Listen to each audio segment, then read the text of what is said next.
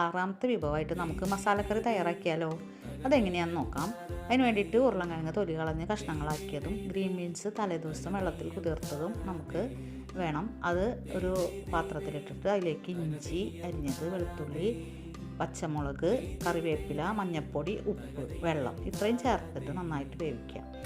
മറ്റൊരു പാത്രത്തിൽ നമുക്കൊരു ചീനച്ചട്ടിയിൽ നമുക്ക് നാളികേരം ചെരുകിയത് വറക്കാം. നല്ലപോലെ ചോക്ക് വറക്കണം. ചുവന്ന് വരുമ്പോൾ നമുക്ക് അതിലേക്ക് മല്ലിപ്പൊടി, മുളക് പൊടി, ഗരം മസാലപ്പൊടി, പിന്നെ കുരുമുളക് പൊടി ഇത്രയും ചേർത്തിട്ട് അത് മിക്സിയിൽ ഒന്ന് ക്രഷ് ചെയ്യുക. അരയ്ക്കാൻ പാടില്ല, വെള്ളം ഒഴിച്ചരയ്ക്കരുത്. ജസ്റ്റ് ഒന്ന് ക്രഷ് ചെയ്തിട്ട് നമുക്ക് ഈ കറിയിൽ ചേർത്ത് നല്ലപോലെ കുറുക്കി വറ്റിക്കുക. വെളിച്ചെണ്ണയിൽ നമുക്ക് ചെറിയ ഉള്ളി അരിഞ്ഞത് നന്നായിട്ട് ബ്രൗൺ നിറമായിട്ട് വറുത്തിട്ട് അത് ഈ കറിയിലേക്ക് ചേർത്തിട്ട് നമുക്ക് സെർവ് ചെയ്യാം. വളരെ ടേസ്റ്റി ആയിട്ടുള്ള ഒരു എളുപ്പത്തിൽ തയ്യാറാക്കാൻ പറ്റുന്ന ഒരു മസാലക്കറിയാണ്. എല്ലാവരും ചെയ്ത് നോക്കണേ.